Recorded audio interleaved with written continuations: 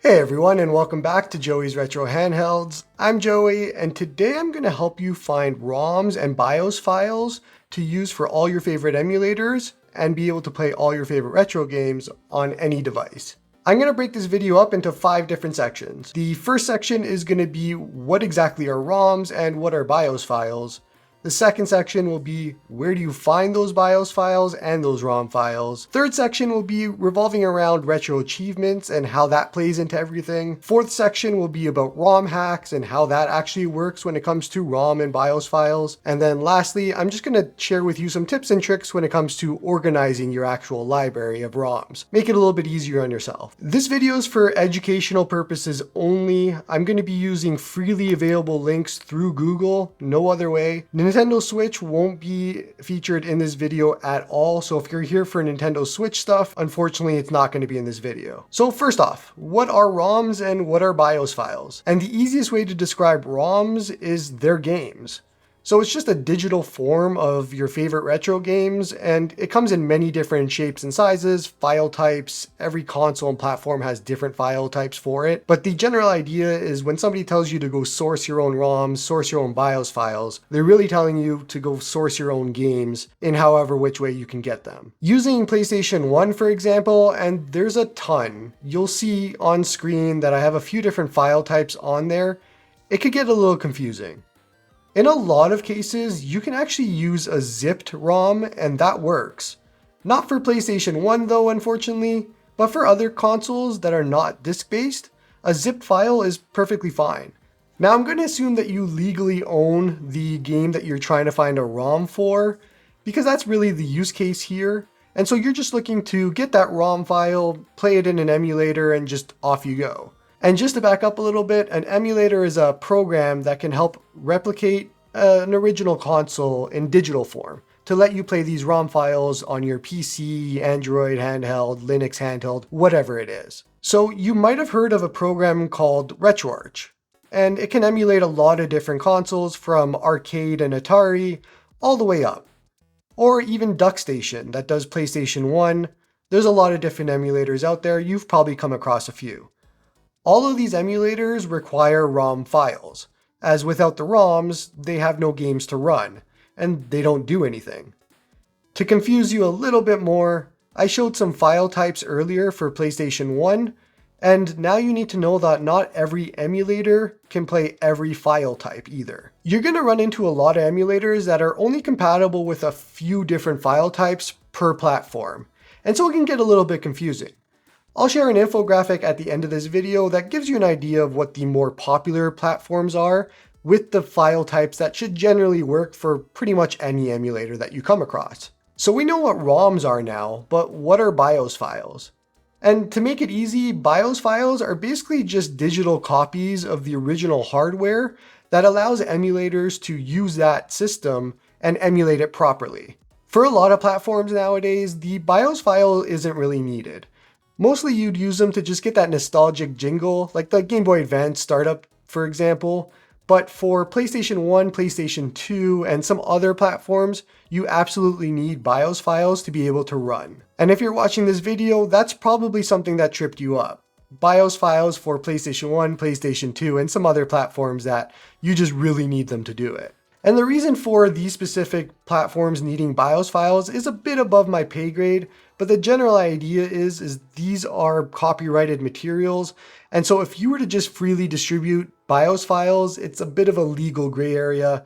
Although in the case of PlayStation 1, PlayStation 2, it's a lot less gray and it's just straight out illegal.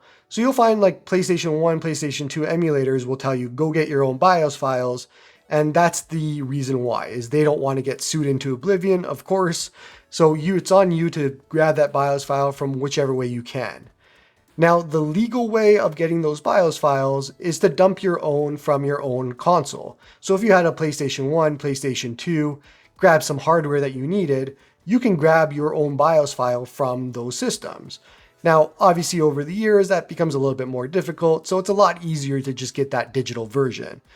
Going back to what I said earlier, where if you're here and you're doing this legally, you would hopefully have the PlayStation 1 and PlayStation 2 in your house, and that kind of gets rid of the gray area part of things. So just to recap, ROMs are retro games. Easy. Emulators play those games. Perfect. And BIOS files help the emulators play those games by emulating the original hardware in the correct way. Hopefully I haven't lost you so far, but that's generally what you need to know. Now let's talk about the touchy subject. Where do you find ROMs? Where do you find BIOS files? Emulators are easy, they're everywhere. But this question has always confused me because ROMs are everywhere as well. You can't search on Google for ROMs without finding a million different links. And so usually, if you're watching this video, you've probably been told, go Google it from a Discord channel, from Reddit, anywhere else. They're like, I can't help you, we don't want to get banned. It's that sort of scenario. And they're not wrong, it's on Google. So let's see where it is. When I type ROMs in Google, you get a lot of different results. I'm interested in the second link, the ROM subreddit. Reddit, if you don't know, is one of the largest community websites available, and it's a really good resource for something like this.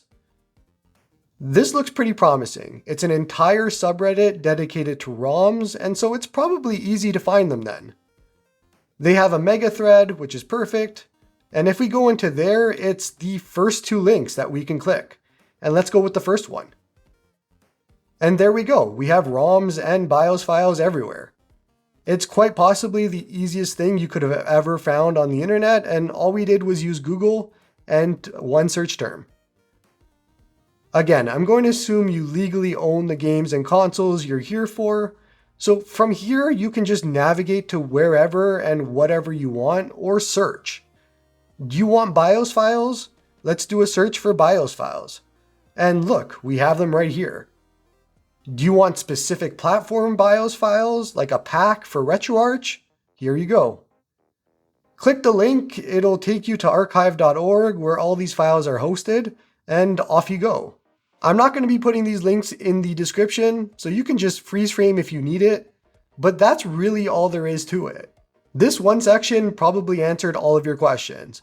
But now your next question is, where do you actually put those ROMs and BIOS files? And this isn't an easy answer, as every emulator, platform, operating system, all of it is completely different. So let's look at RetroArch, for example, which is the more popular emulator that everybody uses and probably trips them up when they're looking to place BIOS files. And so like before, let's just Google it. RetroArch BIOS files. While we easily just Googled the answer to our previous question by complete accident, the answer we want for this question is right there on the libretro website, which is a part of RetroArch. According to this, if we open RetroArch and head to Settings, Directory, System BIOS, it'll tell us the path to put the BIOS files in. So that's awesome, it's easy. Repeat this process for any emulator you need, as every emulator wants BIOS files in a different place. But now you know how to easily find this information out. After all of that, you have your favorite retro games going, and you found out about something called retro achievements. And so you want to earn achievements for playing your retro games. How do you do that? Well, you went to retroachievements.org, you created an account, you used RetroArch and logged into that account there, or any other emulator, booted up a game, and you got hit with an error that says game could not be identified. And so now you're confused. You double check that you're on Wi-Fi, since Retro Achievements only works on Wi-Fi, still not working, and tried a few other things and still can't figure it out. So let's talk about the next steps that you should look at to get those ROMs working with Retro Achievements. The first thing that we want to do is confirm that the game that you want to get achievements in actually has achievements for it. Not every game has achievements, but a lot of the popular ones do.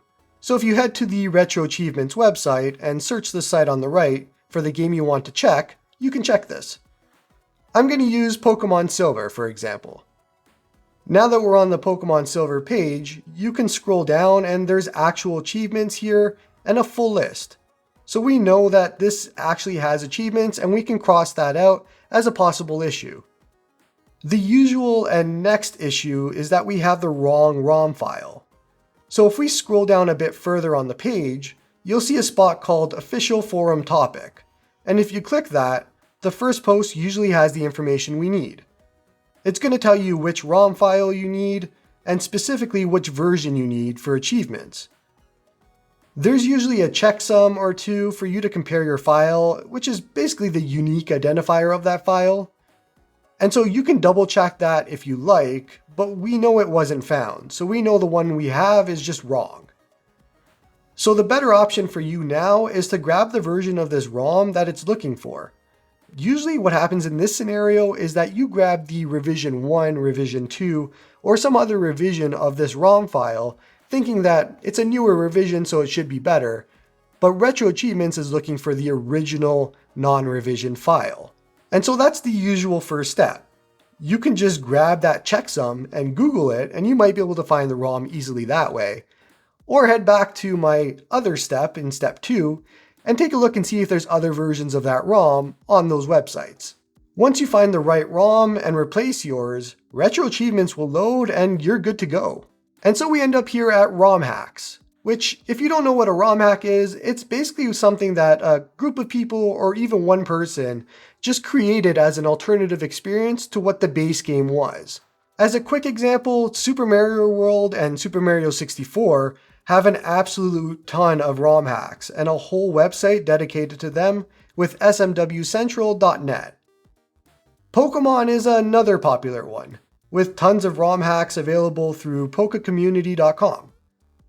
romhacking.net is another community as well. Some ROM hacks even have retro achievements, but it's pretty rare. Now, it's pretty easy to actually find ROM hacks, as it's not illegal at all, it's not a gray area, and they're easily available. A simple Google search leads you down a rabbit hole with best of lists and websites with all the hacks you'd ever want. The confusing part here for a lot of people is how to actually download these. You could try Googling Pokemon ROM hacks, and that first link might work for you, but let me show you the actual safe way of doing this.